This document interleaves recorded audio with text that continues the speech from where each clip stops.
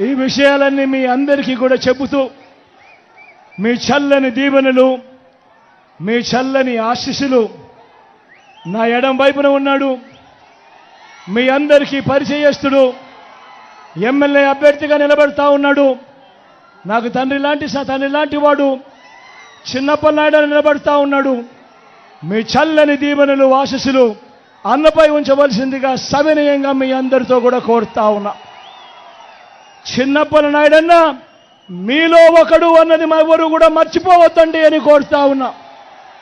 తాను గెలిచాడు అని అంటే దాని అర్థం ఒక పేదవాడు గెలిచాడు అని, ఒక బీసీ గెలిచాడు అని దాని అర్థం అన్నది ప్రతి ఒక్కరూ కూడా జ్ఞాపకం పెట్టుకోమని కోరుతా ఉన్నా.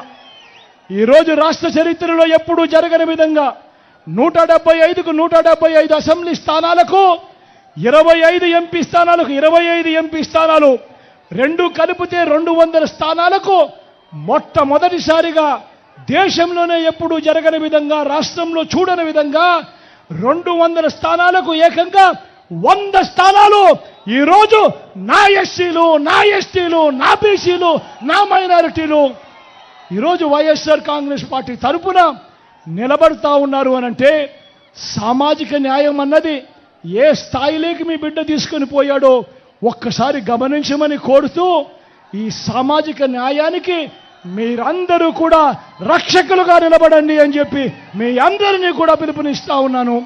తోడుగా ఉండమని మిమ్మల్ని అందరినీ కూడా కోరుతా ఉన్నాను. అదేవిధంగా నా కుడి పక్కన శేఖరణ నిలబడి ఉన్నాడు. మీ ఎంపీ అభ్యర్థిగా తాను పోటీ చేస్తా ఉన్నాడు.